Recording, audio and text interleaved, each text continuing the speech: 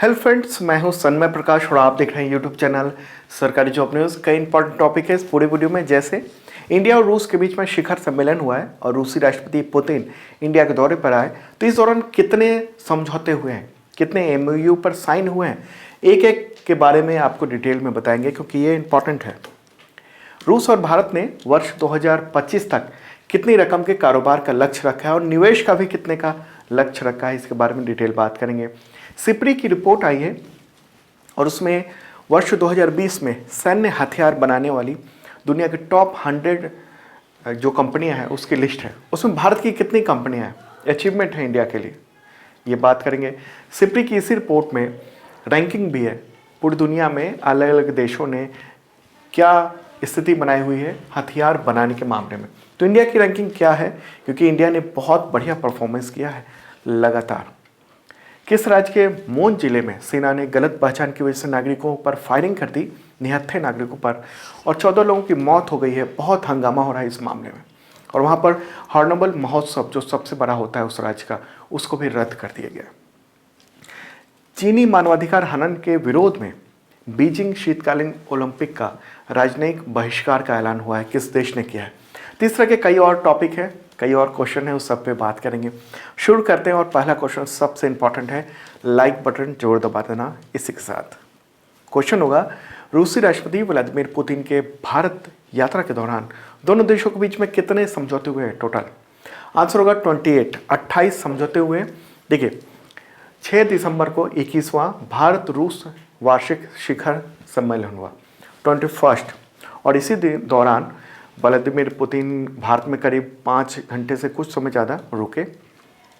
Hyderabad house में दोनों देशों के जो राष्ट्राध्यक्ष हैं, जैसे पुतिन और प्राइम मिनिस्टर नरेंद्र मोदी, तो इन दोनों के बीच में बातचीत हुई, मुलाकात हुई। और इसी दौरान पहली बार इंडिया और रशिया के बीच में, दोनों देशों के बीच में 2+2 वार्ता हुई है। 2+2 वार्ता मतलब रक्षा और विदेश मंत्रियों की मीटिंग, और दोनों देशों के अधिकारी, सैन्य अधिकारी, वो सब एक साथ मीटिंग में शामिल हुए। ओके, तो टोटल 28 समझौते हुए हैं। कौन कौन से समझौते हैं, तो बहुत सारे लिस्ट है पूरी। जैसे सबसे इम्पॉर्टेंट तो ये समझौता है कि इंडिया और रूस सैन्य तकनीक सहयोग के कार्यक्रम को अगले 10 साल के लिए उसने रिन्यू कर दिया है। ओके, ये रिन्यू हुआ है, ठीक है। तो इससे जो सहयोग चल रहा है वो अब आगे बढ़ जाएगा। रूस के विज्ञान और उच्च शिक्षा मंत्रालय, इसके अलावा भारत के जो विज्ञान प्रौद्योगिकी मंत्रालय हैं, दोनों ने इनोवेशन सहयोग के लिए रोड मैप तैयार किया है। उद्योगों के आंतरिक व्यापार को बढ़ावा देने के लिए बौद्धिक संपदा पर समझौते हुए हैं। तो इस तरह के कई सारे इंपॉर्टेंट समझौते हैं।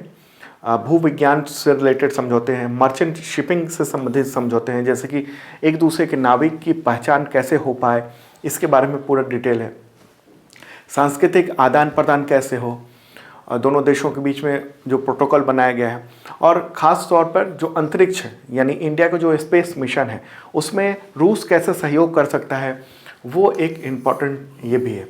क्योंकि इंडिया अब मानव मिशन भेजने जा रहा है और उसके लिए रूस बहुत बड़ा सहयोगी पार्टनर बन के उभरा है।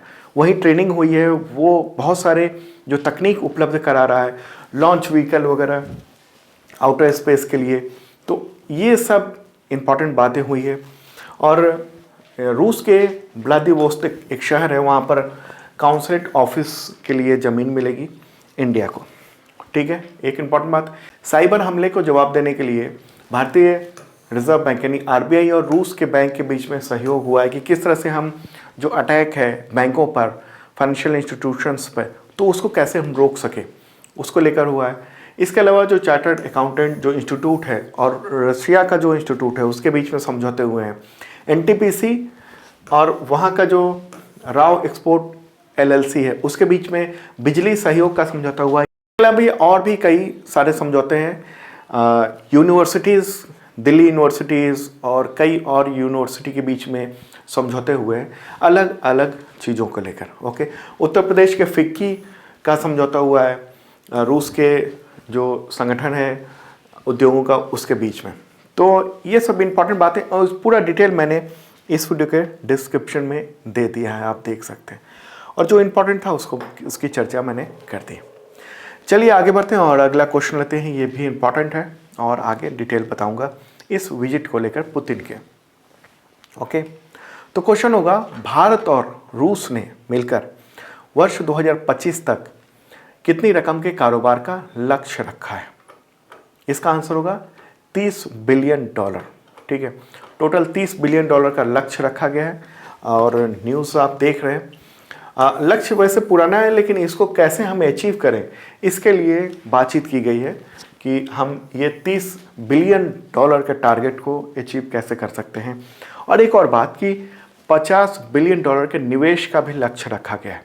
ओके, $50 बिलियन का, या तो उनमें से कुछ इंडिया की कंपनियां रूस में निवेश करेंगे, कुछ रूस की कंपनियां इंडिया में निवेश करेंगी। और एक और इम्पॉर्टेंट बात बताऊं, ये न्यूज़ आप देख रहे हैं कि पुतिन के इस विजिट के दौरान इंडिया ने अनप्रोवोकेटेड एग्रेशन जो कि चाइना का है, यानी भारत की उत्तरी सीमा पर, तो उस मामले को भी उठाया कि चीन की ओर से जो तनाव किया जा रहा है सीमा पर, जो अनावश्यक एग्रेशन है उसका मुद्दा भी उठाया गया है। ओके, अब चीन ने इस पर क्या कहा ये डिटेल बाहर नहीं आया, लेकिन ये बात सामने ही है और डिफेंस मिनिस्टर राजनाथ सिंह ने ये इन्फॉर्मेशन मीडिया को दी है। पुतिन ने क्या कहा? पुतिन ने कहा कि हम भारत को एक महान शक्ति और भरोसेमंद दोस्त के रूप में देखते हैं। वर्ष 2020 में भारत और रूस के बीच में ट्रेड में 17% की गिरावट हुई थी 2020 में, लेकिन इस साल देखा गया है कि 9 महीने में ही ट्रेड में 38% की बढ़ोतरी हुई है। तो जो लक्ष्य है हम लोगों का कि $30 बिलियन का ट्रेड दोनों देशों के बीच में हो, इसको पूरा किया जाएगा, कोशिश ये की जाएगी। इम्पॉर्टेंट बात एक और हुई है दोनों देशों के बीच में कि AK-203 वो जो है वो इंडिया में बनेगा और इसके लिए हालांकि डील पहले हुई थी, लेकिन मोहर फाइनली लग गया है इस पर। AK-203 कितने बनेंगे इंडिया में? तो 6.1 लाख ये राइफल बनेंगे। ओके, AK-47 जो राइफल थी उसी का बेहतरीन रूप है, ये आप देख रहे हैं। ठीक है, पहली बार ऐसा है कि रूस से बाहर निकल कर ये राइफल किसी दूसरे देश में ये बनेगा। इंडिया में अमेठी में, उत्तर प्रदेश के अमेठी में इसका कारखाना लग रहा है, फैक्ट्री लग रही है और इसका जो उत्पादन होगा वो इंडो रूस राइफल्स प्राइवेट लिमिटेड, ये कंपनी बनाई गई है, इंडिया और रशिया का संयुक्त उद्यम है उसके द्वारा। ठीक है, तो कुछ खासियत भी बता दूं इस राइफल के बारे में। तो ये AK-203 जो है, वैसे हमारे मतलब भारत में दो राइफल बहुत ज़्यादा यूज़ हो रहा है। एक है AK-47 जो कि पुराना हो चुका है, सेकेंड वर्ल्ड वार के समय उसको प्रयोग में लाया गया था और अभी तक यूज़ हो रहा है। और इंडिया ने इंसास राइफल बनाया था, लेकिन इंसास राइफल में बहुत सारी समस्या देखने को मिलती है सुरक्षा बलों को। जब वो लड़ रहे होते हैं उस वक्त, या फिर आतंकवादियों से जूझ रहे होते हैं उस वक्त, कभी गोली फंस जाने की बात, कभी ग्रीस लीक करने की बात, तो इस तरह की दिक्कतें होती हैं, या बहुत ज़्यादा ठंड हो गई तो फंस जाने की बात, ये सब होती है। लेकिन AK-203 जो ये राइफ़ल है ये काफ़ी हल्का है इंसास से भी, और छोटा है बहुत, और घातक बहुत ज़्यादा है। और इसकी जो रेंज है वो 800 मीटर, काफ़ी ज़्यादा है, इंसास से भी ज़्यादा। AK-203 जो राइफ़ल है इसका इस्तेमाल ऑटोमेटिक और सेमी ऑटोमेटिक दोनों मोड पर किया जा सकता है। ठीक है, प्रति मिनट, हर मिनट 600 राउंड गोलियां चलाई जा सकती हैं, 600 गोली 1 मिनट में। ओके, तो ये एक इम्पॉर्टेंट बात है। इसके अलावा जो S-400 है उसकी डिलीवरी का भी काम शुरू हो चुका है। अभी इंडिया पहुंचा नहीं है। इस मामले में जो 2+2 वार्ता हुई है उसमें यह भी मामला उठा है S-400 का, और ये बताया गया है कि ये अभी समुद्री रास्ते में है, मतलब रूस से डिलीवरी शुरू हो चुकी है, वहाँ से शिपमेंट चल चुका है और इंडिया अगले 10 दिनों में S-400 इंडिया पहुँच जाएगा। उसके बाद इसके इंस्टॉलेशन का काम शुरू हो जाएगा, इंडिया जहाँ चाहेगा वहाँ पर इंस्टॉलेशन होगा। ठीक है, S-400 कैसे काम करता है ये भी आप देख लीजिए एक बार, इम्पॉर्टेंट है क्योंकि आने वाले वक्त में चर्चा ज़रूर होगी। इसमें ये अलग अलग जो चीज़ें देख रहे हैं आप, 1 2 3 एंड ये 4, इसको मिला के कहते हैं बैटरी। ओके, तो S-400 की ये पूरी एक बैटरी कही जाएगी। उसमें नंबर 1 जो होता है वो सर्विलांस रडार होता है, जो कि 600 किलोमीटर तक इसकी क्षमता होती है। 600 किलोमीटर के रेंज में अगर कुछ भी एक्टिविटी हो रही है एयर में यानी हवा में, तो वो ये रडार बता देगा। उसके बाद फिर ये कमांड सेंटर होगा। यहाँ पर जो सैनिक हैं जो इसको कमांड कर रहे हैं पूरे सिस्टम को, वो यहाँ बैठेंगे, उनको ये इन्फॉर्मेशन आ जाएगी। और रडार के अलावा एक और रडार है जो ये S-400 की मिसाइल है। इसमें भी कई तरह की मिसाइल है, कम दूरी की मिसाइल और लॉन्ग रेंज की मिसाइल, दोनों तरह की मिसाइलें इसमें मौजूद हैं। तो जैसे ही यहाँ कमांड सेंटर पर जो सैनिक हैं हमारे, वो उनको जैसे ही लगेगा कि दूसरे देश से कोई हमला हो रहा है, मिसाइल आ रही है या फाइटर जेट प्लेन आ रहे हैं, तो वो कमांड दे देगा इसको, मिसाइल को, और यहाँ से ये मिसाइल लॉन्च हो जाएंगे। और ये तीसरा रडार है, ये इसको कंट्रोल करेगा, ये देखेगा कि कहाँ पर किसे हिट करना है, कैसे हिट करना है। तो ये 400 किलोमीटर के रेंज में ये मार गिराएगा ये जो मिसाइल है। वो कई तरह के मिसाइल होते हैं इसमें, छोटे मिसाइल भी हैं और बड़े मिसाइल भी हैं, 400 किलोमीटर तक के भी मिसाइल होते हैं। तो मतलब कि हम 600 तक देख सकते हैं, नज़र रख सकते हैं, और 400 किलोमीटर तक इस तरह से हम हिट कर सकते हैं किसी भी चीज़ों को। ओके, और एक साथ कई सारे टारगेट को ये हिट कर सकता है। अगला क्वेश्चन लेते हैं। उससे पहले बता दूं कि 2021 का जनवरी से अब तक का करंट अफेयर्स PDF अवेलेबल हो गया है। इस वीडियो के डिस्क्रिप्शन में आपके तमाम एग्जामिनेशन में काम आएगा। और ख़ास बात है कि MCQ तो है ही, क्वेश्चन, ऑप्शन, आंसर, इसके अलावा उसका पूरा डिटेल भी दिया गया है ताकि आपको अच्छे से समझ में आ जाए। जैसे मैं बताता हूँ वो पूरा डिटेल वहाँ पर अवेलेबल है, एक एक टॉपिक पर, तमाम एग्जामिनेशन में काम आएगा। चलिए क्वेश्चन लेते हैं। सिपरी की रिपोर्ट के अनुसार वर्ष 2020 में सैन्य हथियार बनाने वाली दुनिया की टॉप 100 जो कंपनियां हैं उसमें भारत की कितनी कंपनियां हैं टोटल। देखिए ये रिपोर्ट अभी दिसंबर 2021 में आई है। ओके, इस क्वेश्चन का आंसर होगा 3 कंपनियां इंडिया की हैं जिसने दुनिया में अपना नाम किया हुआ है। कौन कौन सी कंपनियां हैं उसके बारे में बताऊं तो हिंदुस्तान एरोनॉटिक्स लिमिटेड यानी HAL, दूसरी है इंडियन ऑर्डिनेंस फैक्ट्रीज जो पहले हुआ करती थी ऑर्डिनेंस फैक्ट्री बोर्ड, लेकिन अब कई कंपनियों में उसको बदल दिया गया है। और इसके अलावा है भारत इलेक्ट्रॉनिक्स लिमिटेड यानी BEL। तो किस कंपनी की क्या पोजीशन है वो भी देख लेते हैं।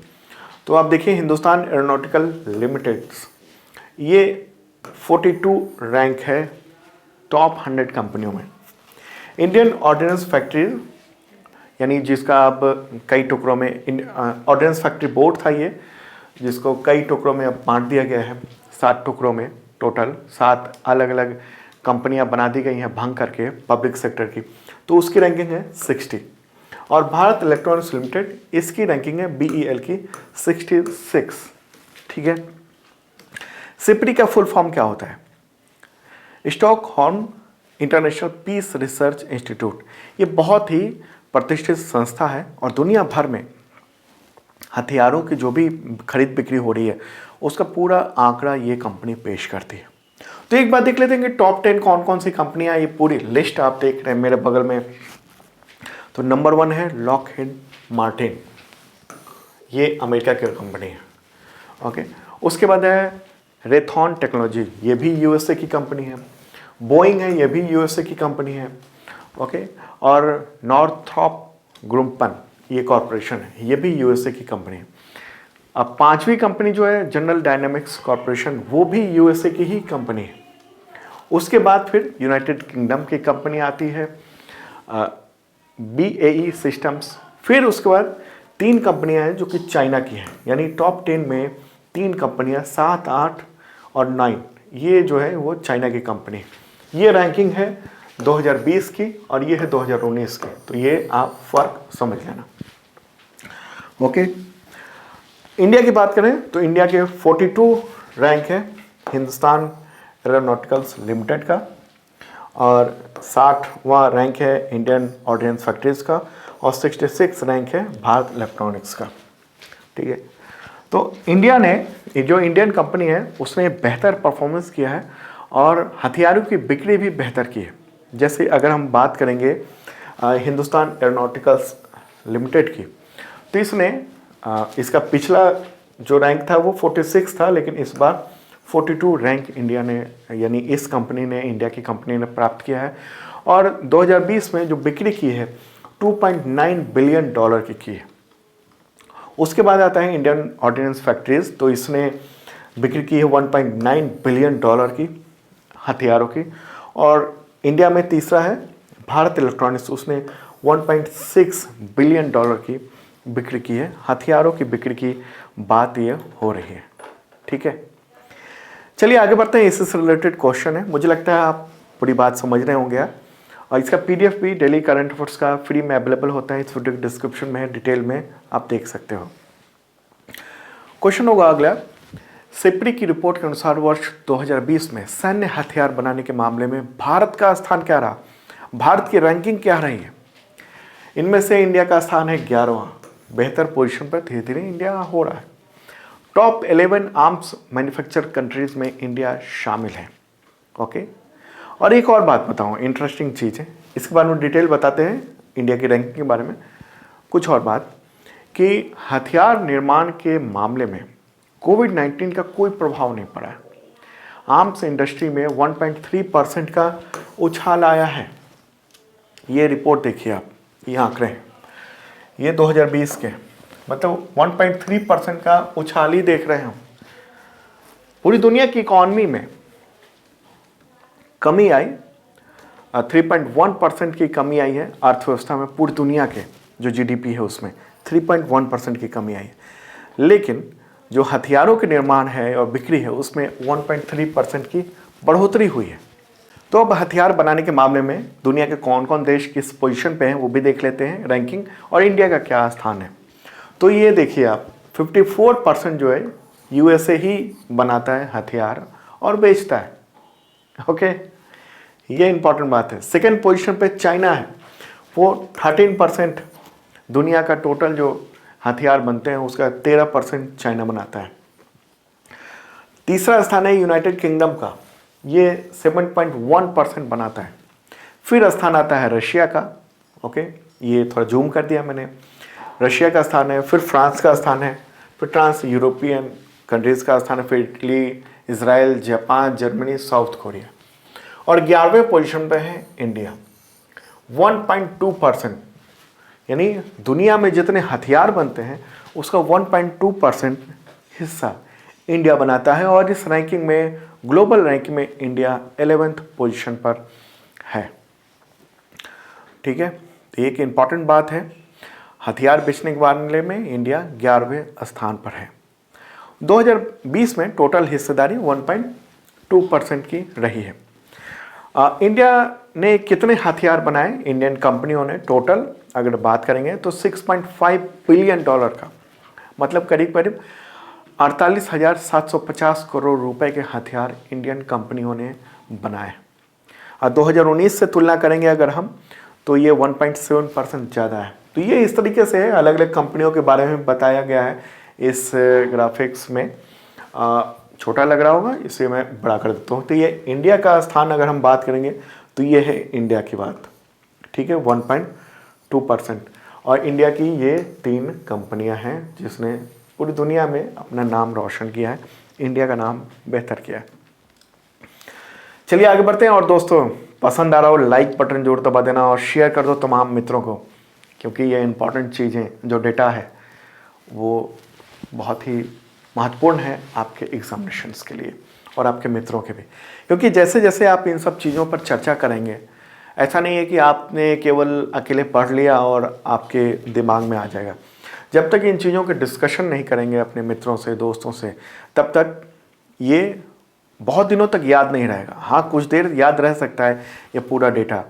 और आप लोगों का ये कहना होता है कमेंट बॉक्स में कि वीडियो देखकर आपको काफ़ी कुछ समझ में आ जाता है और नोट करने की ज़रूरत नहीं पड़ती है। लेकिन मैं कहूँगा डिस्कशन जरूर करें अपने तमाम मित्रों के साथ, अलग अलग टॉपिक पर क्या चल रहा है और जो भी बता रहा हूँ उन सब पर। अगला क्वेश्चन लेते हैं, किस राज्य के मोन जिले में सेना ने गलत पहचान की वजह से नागरिकों पर फायरिंग कर दी, निहत्थे नागरिक, और इसकी वजह से 14 लोगों की मौत हो गई। आंसर होगा नागालैंड। ये बहुत बड़ा इशू बन गया है नागालैंड में, या फिर कहें पूर्वोत्तर क्षेत्रों में। और केंद्र सरकार ने 6 दिसंबर को संसद में ये स्वीकार किया है कि नागालैंड में सेना की फायरिंग जो है वो एक गलती थी। ओके, देखिए पहले तो ये बात आई थी कि 15 सिविलियन हैं, लेकिन बाद में ये मामला आया है कि 14 सिविलियन हैं और एक आर्मी का जो सैनिक है वो उसकी डेथ हुई है, बाद में हिंसा हुई उसमें। हाँ, उसके बारे में बताता हूँ। पहले बता दूँ कि जो गृह मंत्री हैं भारत के अमित शाह, तो उन्होंने रिग्रेट किया है और कहा है कि ये सेना की फायरिंग एक गलती थी।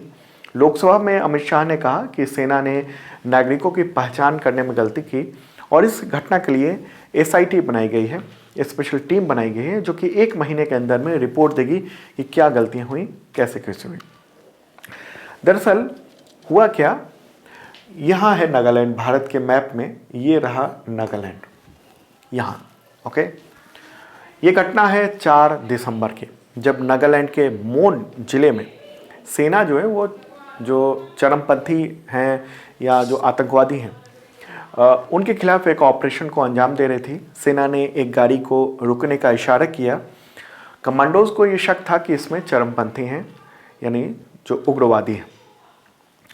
तो 21 कमांडो ने फायरिंग शुरू कर दी उस मामले में, और ये फायरिंग, इसकी वजह से वहाँ पर तत्काल 7 लोगों की मौत हो गई, उस गाड़ी में बैठे हुए लोगों की।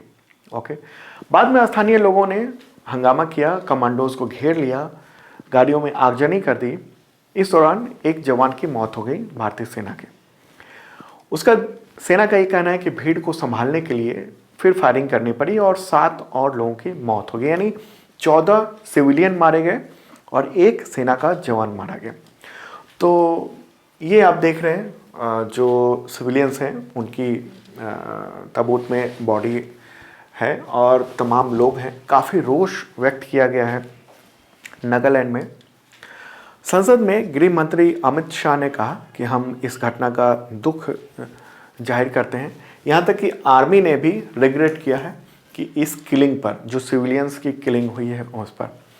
और अमित शाह ने कहा है कि मृतकों के परिवार के साथ हमारी संवेदना है और ये कोशिश रहे कि ऑपरेशन करते वक्त सभी एजेंसियां ये सुनिश्चित करें कि ऐसी दुर्भाग्यपूर्ण घटना फिर से न हो। और आर्मी ने कोर्ट ऑफ इंक्वायरी बना दी है, गठित कर दी है इस पूरे मामले की जांच के लिए। ओके, और इसी के साथ एक और मामला वहाँ शुरू हुआ है, AFSPA, AFSPA यानी arm forces special power act. इसी अधिकार के तहत वहाँ पर जो सेना है या फिर जो असम राइफल्स है, वो उनको किसी भी कार्रवाई के लिए परमिशन लेनी नहीं पड़ती है, वो खुद कार्रवाई कर देते हैं। ओके, तो इस मामले में ये हुआ है कि नागालैंड के CM नेफ्यू रियो और मेघालय के जो चीफ मिनिस्टर हैं कॉनराड संगमा, तो उन्होंने गृह मंत्री से कहा है कि राज्यों में जो arm forces special power act जो लगा हुआ है उसको हटाया जाए। ओके, ये एक्ट है जो कि सुरक्षा बलों को बिना किसी पूर्व अनुमति के कहीं भी ऑपरेशन करने और किसी को भी गिरफ्तार करने का अधिकार देता है। आपको बता दूं कि नागालैंड में ये स्पेशल पावर एक्ट है, इसके अलावा अन्य राज्यों में भी है, अन्य राज्यों के कई जिलों में। ऐसे कौन से राज्य हैं जो कि जिनका म्यांमार से सीमा टच होता है, ऐसे राज्यों में ये एक्ट लगा हुआ है, जिसकी वजह से आर्मी को स्पेशल पावर मिल जाता है।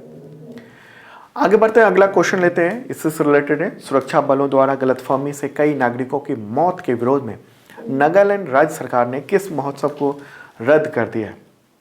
आंसर होगा हॉर्नबिल महोत्सव। ये बहुत बड़ा महोत्सव माना जाता है नागालैंड के लिए या कहें पूर्वोत्तर राज्यों के लिए। 1 दिसंबर से ये शुरू होता है और 10 दिनों तक चलता है। तो कुछ दिनों तक तो चला, लेकिन 4 दिसंबर को जैसी घटना हुई, 5 को हुआ, 6 फिर 7 तारीख को नागालैंड गवर्नमेंट ने ये औपचारिक रूप से ऐलान कर दिया कि हम हॉर्नबिल महोत्सव को, फेस्टिवल को ख़त्म करते हैं, यहीं पर हम इसको रद्द करते हैं, जो घटना हुई उसके विरोध में। ओके। और पर्यटक खास तौर पर इस त्यौहार में आना पसंद करते हैं। ये फोटोग्राफ आप देख रहे हैं, दुनिया भर से पर्यटक यहाँ पर आते हैं। नागालैंड में 10 दिनों तक पर्यटकों की संख्या काफ़ी होती है। वहाँ के जो लोक नृत्य हैं, जो फेस्टिवल है, उसमें अलग ही वातावरण होता है उसको लेकर। नागालैंड की बात हो रही है। चीफ मिनिस्टर कौन है? नेफ्यू रियो। और गवर्नर जगदीश मुखी। चलिए आगे बढ़ते हैं, अगला क्वेश्चन लेते हैं और ये भी इंपॉर्टेंट है। चीनी मानवाधिकार हनन के विरोध में किस देश ने बीजिंग शीतकालीन ओलंपिक, विंटर ओलंपिक्स, उसके राजनयिक बहिष्कार का ऐलान किया है? डिप्लोमेटिक बहिष्कार का आंसर होगा यूएसए, अमेरिका। न्यूज़ आप देख रहे हैं। इस न्यूज़ में तो प्लान लिखा हुआ है, लेकिन एक्चुअली में अगर आप दूसरे न्यूज़ देखेंगे अमेरिका के, तो उसमें ऐलान है। तो बीजिंग विंटर ओलंपिक्स हैं, ये कब होने वाला था? 4 से 22 फरवरी 2022 में। अगले साल फरवरी में ये आयोजन है, विंटर ओलंपिक्स। और 2 महीने से भी कम समय बचे हैं और इसी दौरान अमेरिका ने आयोजन के डिप्लोमेटिक बैकआउट का ऐलान कर दिया है। तो ये डिप्लोमेटिक बैकआउट क्या होता है? क्या खिलाड़ी नहीं जाएंगे वहाँ पर? नहीं। देखिए, पहले की तरह यूएसए के खिलाड़ी यानी अमेरिकी खिलाड़ी वहाँ पर बीजिंग विंटर ओलंपिक्स में हिस्सा लेंगे, लेकिन डिप्लोमेटिक यानी राजनयिक यानी आधिकारिक तौर पर कोई वहाँ का राजनेता या कोई डिप्लोमेट अधिकारी, वो सब इसमें हिस्सा नहीं लेंगे। दरअसल होता क्या है कि हर ओलंपिक में अमेरिका अपना हाई लेवल डेलीगेशन भेजता है, डिप्लोमेटिक डेलीगेशन, और ये उसने सालों से परंपरा रखी हुई है। 2008 में जब बीजिंग ओलंपिक हुआ था, ग्रीष्मकालीन ओलंपिक था वो, तो उस दौरान उद्घाटन में हिस्सा लेने के लिए तत्कालीन जो राष्ट्रपति थे जॉर्ज डब्ल्यू बुश, तो वो हिस्सा लिया था उन्होंने, वो आए थे। और 2021 में जो अभी टोक्यो समर ओलंपिक हुआ है जापान में, तो वहाँ पर अमेरिका की जो फर्स्ट लेडी है जिल बिडेन, जो बाइडेन की पत्नी है, तो उसने अमेरिकी दल का नेतृत्व किया था। तो ऐसे में कोई भी जो डिप्लोमेटिक डेलीगेशन है, वो अभी जो बीजिंग विंटर ओलंपिक्स होने वाला है फरवरी में, उसमें चीन नहीं पहुंचेगा। हालांकि अमेरिका ने कहा है कि वो अपने सहयोगी देशों से ऐसा करने के लिए नहीं कह रहा है, बहिष्कार करने के लिए नहीं कह रहा है। ओके, अब सवाल उठता है कि अमेरिका ने ये फैसला क्यों लिया है। देखिए, अमेरिका और चीन के बीच में संबंध ठीक नहीं चल रहे हैं। अमेरिका ये कह रहा है कि चीनी जो उइगर मुसलमान है, उस पर मानवाधिकार हनन हो रहा है, उनको बंद करके रखा जा रहा है, जेल की तरह, कैदी की तरह बर्ताव किया जा रहा है। इसके अलावा चीन जो है ताइवान पर जबरन कब्जे करने की कोशिश में लगा हुआ है। हांगकांग में मानवाधिकार हनन हो रहा है और दक्षिण चीन सागर में वो ज़बरदस्ती चीन अपना हक जताना चाह रहा है। तो ये तो हो गई, अमेरिका ने ये कर दिया। चीन ने क्या प्रतिक्रिया दी है? चीनी विदेश मंत्री ने कहा है कि विंटर ओलंपिक जो है बीजिंग में होने वाला है, उसके लिए अमेरिका को डिप्लोमेटिक इन्विटेशन नहीं भेजा गया था। मतलब हमने उसको बुलाया भी नहीं, और इसके बावजूद वो बैकआउट का प्रचार कर रहा है अमेरिका, उसका ये कहना है। और कहना है कि अगर अमेरिका अपने रास्ते पर चलने पर आमदा है तो चीन उसको कड़े जवाब देगा। अगला क्वेश्चन लेते हैं। बंगाल की खाड़ी में उठे चक्रवात जवाद, जो नाम है चक्रवात का नाम जवाद, किसने दिया? आंसर होगा सऊदी अरब। ओके, सऊदी अरब ने दिया नाम। ये एक अरबी शब्द है, इसका मतलब है उदार। तो बंगाल की खाड़ी में जो तूफान उठा, उसने आंध्र प्रदेश और उड़ीसा पर थोड़ा असर दिखाया। शुरू में काफ़ी मजबूत था और कहा जाता है पूरी में टकराएगा, लेकिन जब लो प्रेशर एरिया बना बंगाल की खाड़ी में, उसकी वजह से ये तूफान अपने आप कमज़ोर हो गया। सिर्फ बारिश हुई और थोड़ी सी तेज़ हवाएं चली, तूफान सा नज़र आया। पहले जो चक्रवात आ चुके हैं उसकी तुलना में जवाद, उसका असर बहुत कम रहा। हालांकि जो अलग अलग राज्य हैं, उड़ीसा, आंध्र प्रदेश, उधर पश्चिम बंगाल, इन सब ने अपनी तरफ से तैयारी पूरी कर ली थी। ठीक है, तो हिंद महासागर में जो तूफ़ान आते हैं उसका नाम 13 देश मिलकर करते हैं। कौन कौन से? Bharat, Pakistan, Sri Lanka, Bangladesh, Maldives, Myanmar, Oman, Thailand, Iran, Qatar, Saudi Arab, UAE, Yemen, ये सब मिलकर करते हैं। जो 13 देश हैं वो लिस्ट बना कर रखते हैं, जैसे ही चक्रवात आता है तो उसमें से जो टॉप पे नाम होता है उसको नाम रख दिया जाता है। ओके, अच्छा 2021 में, अभी तो ये लास्ट तूफान था जवाद, तो 2021 में कौन कौन से तूफान आ चुके हैं? तो गुलाब नाम था एक का, दूसरे का नाम था यास, तीसरे का नाम था ताउते और चौथा अब जवाद था। ओके, चलिए आगे बढ़ते हैं और अगला क्वेश्चन लेते हैं। किस राज्य में तितली की नई प्रजाति चॉकलेट बॉर्डर्ड फ्लीटर, इसकी खोज हुई है? आंसर होगा सिक्किम। ओके, इस तितली की खोज वहाँ के स्थानीय निवासी सोनम वांगचुक लेप्चा, ये नाम है, तो उन्होंने ही की है, न्यू स्पीसीज की। वांगचुक लेप्चा हैं, वो फोटोग्राफी के काफ़ी शौकीन हैं और 2016 से फोटोग्राफी कर रहे हैं अलग अलग तितलियों की। और तो उनको ये जो तितली है वो फ़ोटो दिखाता हूँ, ये उन्हें कुछ अलग सा लगा कि एक अलग तरह की प्रजाति है, तो इसको उन्होंने भेजा था गवर्नमेंट के पास, जो इंस्टीट्यूट है उसे, national centre for biological science Bengaluru, तो वहाँ भेजा था। उसके बाद फिर जांच वगैरह हुई और इसको माना गया कि नई प्रजाति इंडिया में ढूंढी गई। ठीक है, चलिए आगे बढ़ते हैं, अगला क्वेश्चन लेते हैं। किस राज्य की पुलिस को वर्ष 2021 में प्रेसिडेंट्स कलर अवार्ड से नवाजा गया है या मिला है? आंसर होगा हिमाचल प्रदेश। 1 दिसंबर 2021 को राष्ट्रपति की ओर से हिमाचल प्रदेश के राज्यपाल राजेंद्र विश्वनाथ आर्लेकर, तो उन्होंने राज्य की पुलिस को प्रेसिडेंट कलर अवार्ड सौंपा है। ओके, और ये अवार्ड किसने रिसीव किया? तो वहाँ के जो डायरेक्टर जनरल है पुलिस के, संजय कुंडू, तो उन्होंने इसको रिसीव किया है। और आपको बताऊँ कि हिमाचल प्रदेश 8वां ऐसा राज्य है जिसे प्रेसिडेंट कलर अवार्ड मिला है।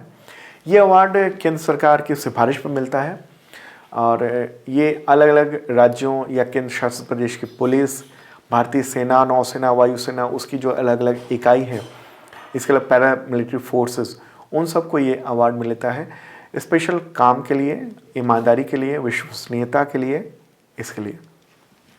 तो हिमाचल प्रदेश मैप में यहाँ पर रहा, आप देख रहे हैं। अगला क्वेश्चन होगा, असम के सर्वोच्च नागरिक सम्मान असम वैभव पुरस्कार के लिए किस उद्योगपति को चुना गया?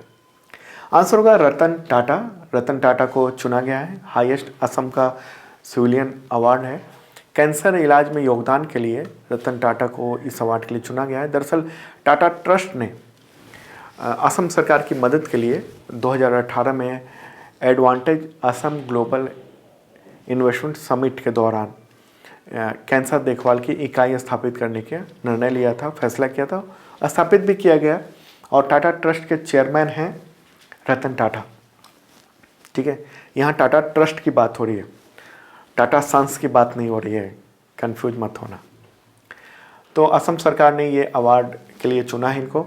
और हाँ, असम में वहाँ पर 3 टोटल अवार्ड दिए जाते हैं जो प्रतिष्ठित हैं। असम वैभव तो इनको मिला है, इसके अलावा असम सौरभ और असम गौरव अवार्ड भी दिया जाता है। तो असम वैभव अवार्ड इन्हें मिला है। इसके अलावा अगर बात करेंगे असम सौरभ अवार्ड की, तो ये टोटल नाम है प्रोफेसर कमलेंदु देव कोड़ी, डॉक्टर लक्ष्मण ए, दीपक चंद जैन, नील पवन बरुआ और लवलीना बोरगोहेन, ओलंपिक पदक विजेता, इनको मिला है। इसके अलावा असम गौरव जो अवार्ड है उसकी बहुत लंबी लिस्ट है, ये सब है, इनकी पूरी डिटेल मैंने इस वीडियो डिस्क्रिप्शन में दे दिया है। इम्पॉर्टेंट ये वाला अवार्ड था जिसके आंसर आपने रतन टाटा देखा, फिर भी ये सब डिटेल डिस्क्रिप्शन में मैंने दे दिया है, जो PDF बना हुआ है उसमें।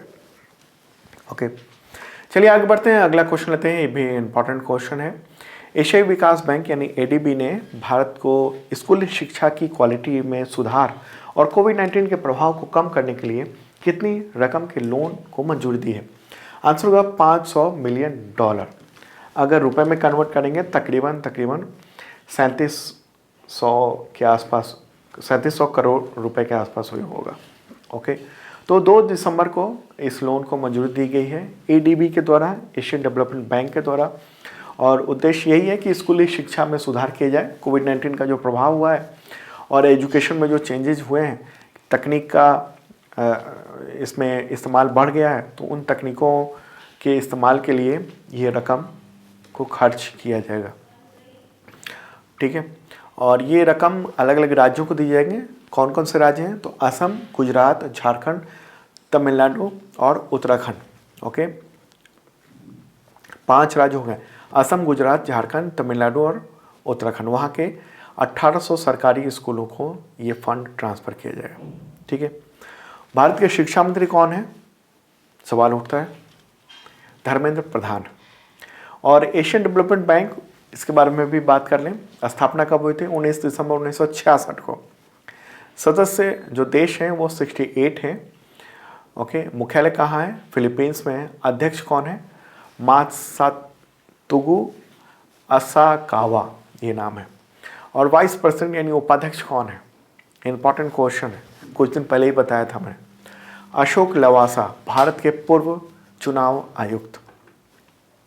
अगला क्वेश्चन लेते हैं, किस राज्य के पूर्व सीएम कोनिजेती रोसैया, उनका निधन 4 दिसंबर 2021 को हो गया?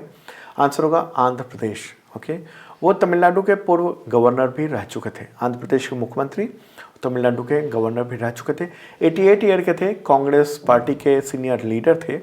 ओके, 2009 से 2010 तक आंध्र प्रदेश के चीफ मिनिस्टर रहे थे। उसके बाद 2011 से 2016 तक तमिलनाडु के गवर्नर रहे थे। आंध्र प्रदेश की बात हो रही है, आंध्र प्रदेश आंसर में है। अभी मुख्यमंत्री कौन है? वाईएस जगनमोहन रेड्डी। और गवर्नर कौन है? विश्वभूषण हरिचंदन। अगला क्वेश्चन लेते हैं, डॉक्टर BR अम्बेडकर की पुण्यतिथि के उपलक्ष्य में महापरिनिर्वाण दिवस कब मनाया जाता है? आंसर होगा 6 दिसंबर। 6 दिसंबर 1956 को BR अम्बेडकर का निधन हो गया था, और उसके कुछ दिन पहले ही उन्होंने बौद्ध धर्म को अपनाया था। और भारत के विकास के योग के में जो बड़ा योगदान इनका भी है। ओके, संविधान निर्माता के रूप में, संविधान जनक के रूप में ये थे, जो संविधान के ड्राफ्टिंग कमेटी थी उसके चेयरपर्सन थे। Okay, doctor BR Ambedkar. अगला क्वेश्चन लेते हैं, किस देश की टीम ने पुरुष जूनियर हॉकी विश्व कप 2021 जीत लिया है? आंसर होगा अर्जेंटीना। ओके, फाइनल मैच कहाँ पर हुआ? ये आयोजन कहाँ हुआ? तो उड़ीसा की राजधानी भुवनेश्वर में हुआ। वहाँ के कलिंगा स्टेडियम में फाइनल मैच हुआ। तो अर्जेंटीना ने जर्मनी को 4-2 से हराया है। अर्जेंटीना की जीत बहुत बड़ी मानी जा रही है, क्योंकि उसने 6 बार के विजेता जर्मनी को हरा दिया है। ओके, और आपको बता दूं कि भारत भी विजेता रह चुका है, 2001 और 2016 में 2 बार विजेता रह चुका है। ठीक है, तो ये बोर्ड है। फाइनल जो है, फर्स्ट अर्जेंटीना रहा, सेकंड पे जर्मनी, थर्ड पे फ्रांस रहा। इंडिया का स्थान 4th आया है। ओके, चलिए आगे बढ़ते हैं और अगला क्वेश्चन लेते हैं। क्वेश्चन होगा, विश्व मृदा दिवस यानी वर्ल्ड सॉइल डे कब मनाया जाता है? आंसर होगा इसका 5 दिसंबर। ये Food and Agriculture Organization FAO, जो कि संयुक्त राष्ट्र का एक संगठन है, उसका एक अंग है, तो उसने इस दिवस की घोषणा की हुई है। और मिट्टी की गुणवत्ता के महत्व को जानने के लिए और जागरूकता फैलाने के लिए ये दिवस मनाया जाता है। तो दोस्तों, ये था इंपॉर्टेंट करंट अफेयर्स। कैसा लगा कमेंट बॉक्स में ज़रूर बताना। आपके कमेंट्स मैं देखता रहता हूँ, भले ही उसका जवाब आपको ना मिल पाए हर क्वेश्चन का, लेकिन कमेंट देखता हूँ मैं। और दोस्तों को शेयर जरूर कर देना। और 2021 का जनवरी से अब तक का करंट अफेयर्स PDF अवेलेबल है, इस वीडियो के डिस्क्रिप्शन में चेक कर सकते हो। कल मिलते हैं नए वीडियो के साथ।